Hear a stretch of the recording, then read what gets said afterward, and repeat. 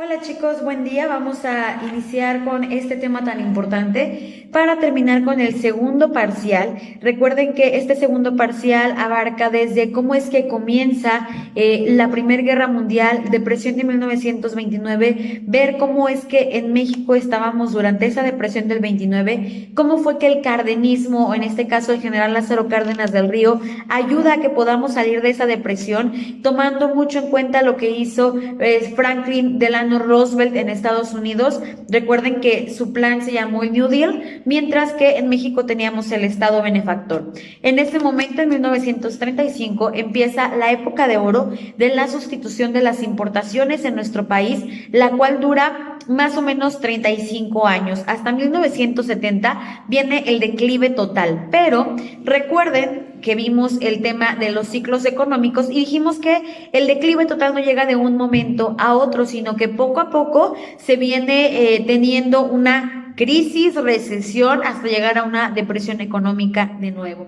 Entonces vamos a ver cómo es que de nuevo comenzamos a tener una crisis después de tener una época de mucho apogeo en nuestro país, y esta empieza no hasta el 70 de un momento a otro, como les decía, sino un poquito antes.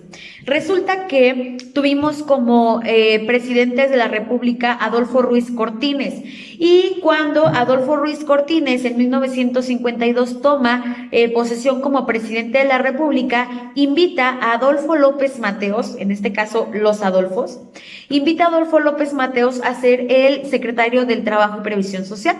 Resulta que acepta y él es el secretario del Trabajo durante el sexenio de Adolfo Ruiz Cortines. Es bueno el trabajo que realiza. Él se enfoca mucho en favorecer a estos sectores desprotegidos, en este caso de los trabajadores, y entonces después de que él se desempeña como secretario del Trabajo, lo invitan a ser el candidato. Recuerden que en ese entonces el PRI es quien tenía el poder, y que de alguna forma se hablaba de un candidato natural, que era aquel que había hecho pues un buen papel, o que estaba muy cercano al presidente de la República y que era como el hijo al que le tocaba la herencia de este trono o silla presidencial. Así fue. Adolfo López Mateos resulta ganador en la contienda, toma posesión el 1 de diciembre de 1958 como presidente de la República. En este momento invita a ser su secretario de Gobernación a Gustavo Díaz Ordaz. Y entonces lo mismo sucede. Gustavo Díaz Ordaz se mantiene como fiel al presidente de la República, y en ese momento se vuelve el candidato natural a la presidencia de la República. ¿Qué sucede? Nuevamente contiende él y en este momento gana. Entonces Gustavo Díaz Ordaz toma posesión de la presidencia de la República el 1 de diciembre de 1964. Entonces, en el momento en que él toma el poder, toma algunas medidas económicas importantes en nuestro país que son positivas, que de hecho ustedes tienen o están realizando en su trabajo final del parcial, dentro de lo que es esta línea del tiempo y de las cosas más importantes que hizo cada presidente, y entonces, bueno, él toma decisiones importantes en cuanto a la economía, comienza a crear las paraestatales, bueno, algunas paraestatales que se concretan con Salinas de Gortari, pero comienza a crear paraestatales, y económicamente no estaba tan mal el país, pero socialmente y políticamente no estaba nada bien. ¿Por qué? Por lo siguiente. Resulta que cuando es presidente Adolfo López Mateos, tiene algunas características muy importantes que lo hacen un buen presidente, recordándolo desde los ámbitos, por ejemplo, de la seguridad social, ya que él es quien crea el ISSSTE para los trabajadores del Estado. Él comienza con los libros de texto gratuitos y una institución que se encargará de ellos. También crea un Instituto Nacional para la Protección de la Infancia o de los Infantes. Él crea el Museo de Antropología, y también es uno de los que más aporta a la educación.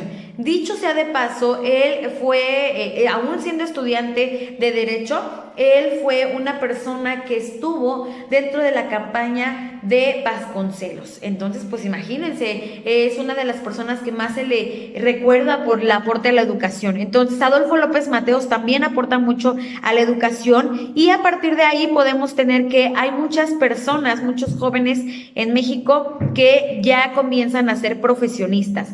¿Qué es lo que empieza a ver una persona educada? De hecho, por eso muchos gobiernos o a los que no tienen una buena intención con los lugares o con el lugar al cual gobiernan, les conviene que las personas sepan poco y tengan poco. ¿Por qué? Porque aquellos que tienen poco, con lo que les des van a estar contentos y satisfechos. Aquellos que saben poco, con lo que les digas van a considerar que sabes.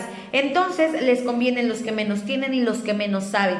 Y por el contrario, lo que le conviene a un país es tener un país educado y un país en desarrollo económico, o que tenga por lo menos bienestar económico y social. Entonces, como ya empezaba a haber o ya había muchos profesionistas y personas educadas a los cuales pues no con cualquier cuento los iban a enredar y los iban a convencer, se empiezan a dar cuenta de que en México, a pesar de ser una democracia, pues no lo éramos tanto. ¿Por qué? Porque siempre ganaba el candidato natural del partido en el poder, porque hasta ese momento quien calificaba la elección era el propio Congreso, y al final de cuentas el Congreso tenía mayoría o hegemonía priista. ¿Qué significa hegemonía priista? O hegemonía partidista, que un solo poder es el que domina, como casi lo tenemos hoy en día. Lamentablemente tenemos una mayoría de un solo partido, en este caso de Morena. En ese momento no era solo mayoría, sino era casi lo absoluto del Congreso. Entonces, pues si ellos calificaban y organizaban la elección, al ser del mismo partido podía haber muchas anomalías. Así las había. Esto es lo que se empiezan a dar cuenta los estudiantes o los profesionistas. Además de que pues algunos de ellos o muchos de ellos se inclinan al PRI, al priismo, al PRI, y con la finalidad de pues en algún momento poder acceder a un cargo público. Pero ven que a pesar de que el partido estaba conformado por muchas personas, eran pocas las que llegaban al poder. Esto no les gusta, porque era decir, pues es un pastel grande repartido entre muy poquitas personas, que eran como la élite, los cercanos al presidente en turno. No les gusta, mucho menos a los que están del otro lado, a los que no apoyan al PRI. Y también empieza a haber mucha represión, por ejemplo, a ferrocarrileros y a algunos otros trabajadores por parte del gobierno. Esto ya es con Díaz Ordaz. Entonces, y a esto le sumamos que a nivel internacional estaban sucediendo cosas pues de mucha importancia. Por ejemplo, 9 años antes había estado sucediendo, se había suscitado la Revolución Cubana, que pues yo creo que muchos han escuchado acerca de la Revolución Cubana, y pues los jóvenes sobre todo se identificaron con el querer democracia, a pesar de que no se logró en Cuba, pero querían o pretendían tener una democracia que fuera más justa, porque aquí, aunque decíamos que éramos democráticos, les digo, no había como tal justicia democrática, pero sobre todo más inclusiva, que no solo incluyera a unos cuantos o a unos pocos que fueran parte de la élite del presidente de la República, o de unos cuantos del PRI, sino que a todos los del PRI, porque de hecho pues no les tocaba ni a todos los del partido. Entonces ellos querían que fuera una democracia más justa y también más inclusiva, basándose mucho en la Revolución Cubana. A eso le sumamos, por ejemplo, movimientos universitarios que se dieron en contra del franquismo. Probablemente alguno de ustedes haya escuchado acerca de Francisco Franco en España, y los universitarios fueron contra esta dictadura del franquismo. También Mayo Francés, que fueron varias protestas que se dieron en este caso sobre todo en París, en Francia, pero sobre todo en París.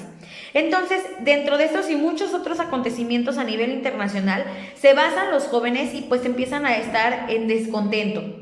Todo esto empieza a pasar y resulta que, bueno, en 1968 comienza también a haber entre los estudiantes del Politécnico, para ser exactos el 22 de julio, entre los estudiantes del Politécnico y entre los estudiantes de la UNAM, no de la universidad como tal, sino en el inicio fue de una preparatoria que pues estaba incorporada a la Universidad Nacional Autónoma de México, a la UNAM. Y pues hay un pleito grande en el cual empieza a inmiscuirse el gobierno. Recuerden que este tipo de instituciones como lo son el Politécnico y la UNAM, pues de alguna forma son reguladas hasta cierto punto por el gobierno, aunque son independientes, pero sí tienen más regulación que otras universidades, por ejemplo, particulares o inclusive públicas, ¿ok? En este caso tenemos que eso fue el 22 de julio, donde empieza a haber un pleito en la Plaza de la Ciudadela, y les digo, fue entre la UNAM y el Politécnico. Al otro día, el 23 de julio, pues todavía seguían en la rencilla. Entonces estudiantes de la UNAM llegan a la vocacional del Instituto Politécnico Nacional y hubo enfrentamientos, pero aquí ya participaron granaderos, aquí ya participaron porros, tanto de la UNAM como del Poli, ya universitarios, y pues estudiantes en general. Pasan unos días, 7 días, y el 30 de julio hay una reunión por tanto revuelo que se causa. Aparte, los jóvenes, el entusiasmo los puede llevar para mucho bien o para mucho mal, pero en este caso se reúnen y forman, en esta reunión, forman un comité, un consejo que se llamó el Consejo Nacional de Huelga. Este es el que pues iba a tener a los representantes de las escuelas universitarias y preparatorias incorporadas. Entonces, en este caso, ya se ocupaba que se dialogara ¿quién? Pues el Consejo Nacional de Huelga con el gobierno, que comenzaran a tener diálogos. Estos diálogos no se dan como se debieran hacer de manera pronta o rápida. En ese momento, cuando era presidente Gustavo Díaz Ordaz, recuerden que en su momento Gustavo Díaz Ordaz fue el secretario de Gobernación de Adolfo López Mateos, pero en este momento ya era el presidente y su secretario de Gobernación era Luis Echeverría Álvarez, ¿ok? Entonces Luis Echeverría, siendo el secretario de Gobernación de Gustavo Díaz Ordaz, recuerden que al secretario de Gobernación es a quien le toca salir a calmar los ánimos, sobre todo cuando hay alguna pugna, algún pleito, alguna controversia con grupos de la sociedad. Todo lo interno del país es el que lo debe tratar de resolver.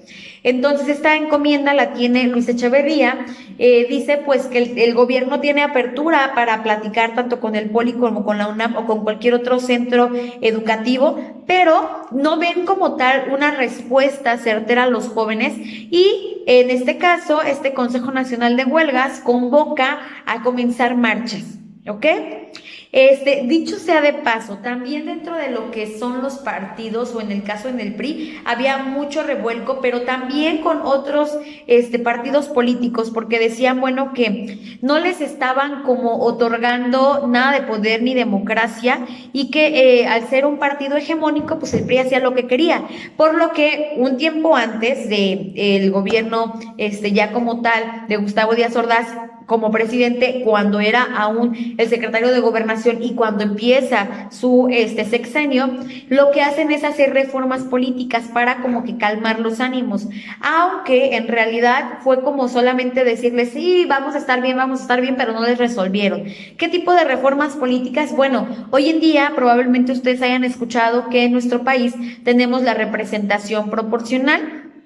También conocemos el sistema plurinominal. Entonces es ahí donde se impone este sistema plurinominal, donde dependiendo del número de votos que tenga cada partido, también va a poder tener el derecho a curules en el Congreso o a lugares en el Congreso. Esto se da a partir de que empieza este descontento político. Me regresé un poco. Ahora, nuevamente, oyéndonos al 68, tenemos que el 27 de agosto, recuerden, hablamos de julio, ahora vamos con agosto.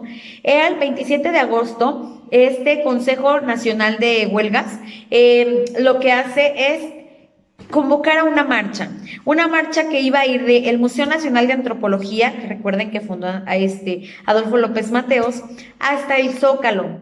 Comienza la huelga, pero bueno, primero comienza la marcha, pero cuando están ya en el Zócalo deciden que tienen que tener pláticas con el gobierno, pero que mientras el gobierno les resuelve algo, ellos se van a quedar a modo de huelga y van a estar en el Zócalo, ahí se van a quedar. Entonces resulta que llega el ejército y el ejército les pide abandonar la plaza. No lo hacen, entonces les dan un ultimátum y les dicen 5 minutos, tienen que desalojar la plaza. ¿Cómo no lo hacen? Fue un desalojo forzado, y pues en este caso los estudiantes no estaban a gusto, no estaban contentos porque ya fue un desalojo a la fuerza, utilizando la fuerza pública, por lo que vuelven a convocar a una marcha, pero ahora se llamó la Marcha del Silencio, donde probablemente alguno haya visto alguna imagen, voy a tratar de ponérselas aquí. Pero durante esta marcha, van con la boca tapada en forma de cruz y con los brazos formando una B. Ellos decían, bueno, que estos brazos era la B de venceremos, ¿ok? O V de venceremos. Y pues la cruz era por el silencio que les estaban haciendo guardar, pero que a su vez estaba guardando el presidente, porque el único que había salido a dar declaraciones hasta ese momento era el secretario de Gobernación, Luis Echeverría Álvarez. No estaba diciendo nada como tal el presidente de la República, Gustavo Díaz Ordaz. Resulta que llega el día 2 de octubre, pero fue un día decisivo porque estábamos a unos días, a muy poco tiempo, de que se llevaran a cabo las Olimpiadas en nuestro país. Entonces, pues ustedes saben que cuando se van a llevar a cabo este tipo de juegos deportivos internacionales, pues mucha gente, muchos turistas van a ese lugar, pero también los medios de comunicación se van desde antes a cubrir la nota desde ese lugar. Entonces, pues políticamente no le iba a favorecer al presidente, ni al secretario de Gobernación y al gobierno en completo y al país, pues ver que estaba sucediendo este tipo de marchas, este tipo de descontento de los jóvenes hacia el gobierno, por lo que deciden que tienen que calmarlo, se les sale de las manos. Resulta que el 2 de octubre nuevamente citan a una marcha donde hay quien dice 6,000, hay quien dice 15,000, hay quien reporta más personas en la Plaza de las Tres Culturas, o iban a avanzar hasta el casco de Santo Tomás. Todavía hubo quisieron negociar, no lograron hacerlo. Se dice que la trifulca comienza a las 6 de la tarde, un poquito antes de las 6 de la tarde, cuando personal del mismo gobierno, pero en este caso quienes están encargados de seguridad, hablan de muchos grupos de seguridad, desde la torre de Tlatelolco comienzan a disparar bengalas rojas. No me quería equivocar en eso, quería decirles exacto, bengalas rojas. Y pues esto fue el inicio, la gota que derramó el vaso para que comenzara el desalojo, pero a la fuerza, se dice que fue con mucha violencia. Hay quien dice que fueron 20 muertos. Esto fue lo que reportaron los medios de comunicación directos del gobierno, pero otros medios de comunicación no afines al gobierno reportaron 500 jóvenes muertos, ¿ok? Entonces, pues fue una trifulca muy complicada. La Plaza de las Tres Culturas no es algo que puedan poder correr, o que puedan salirse de manera fácil, sino que pues es complicado que puedan tener una comunicación efectiva, pero al mismo tiempo que puedan correr fácilmente. Por lo que esto fue lo que conocemos hoy en día como la matanza de Tlatelolco. Hace unos días se conmemoró y todavía se habla del 2 de octubre, no se olvida, y efectivamente no se olvida. Yo solamente les quería compartir lo que es el tema de la matanza de Tlatelolco, más allá de juzgar, decir quién tuvo la culpa o quién no, pero sí es importante que ustedes conozcan esto, porque a partir de esa fecha ya el gobierno como tal no se pudo recuperar ni socialmente, ni económicamente, y mucho menos políticamente, por lo que da paso a que a partir de 1970 se hable de que ya no somos parte de esta época de oro de la sustitución de las importaciones, donde México venía en picada. Ha tenido algunas recuperaciones, pero continuamos en picada a partir de esa fecha, ¿ok? Donde se elimina el proteccionismo y donde vamos a ver cómo poco a poco comenzamos a entrar en la era de la globalización y del neoliberalismo, ¿ok? Vamos a ver otro tema, no el día de hoy, sino la siguiente clase MIT. Vamos a ver el tema de cómo o cuáles fueron las causas de la crisis, ¿ok? Les pido por favor entrar a la plataforma, no solamente al chat para poner presente y poder tomar en cuenta su asistencia de esta clase, sino también para que chequen cuál es la tarea de esta semana y recuerden que tenemos el trabajo final que ya también les he explicado y además está en plataforma. Les agradezco mucho, que pasen una bonita tarde.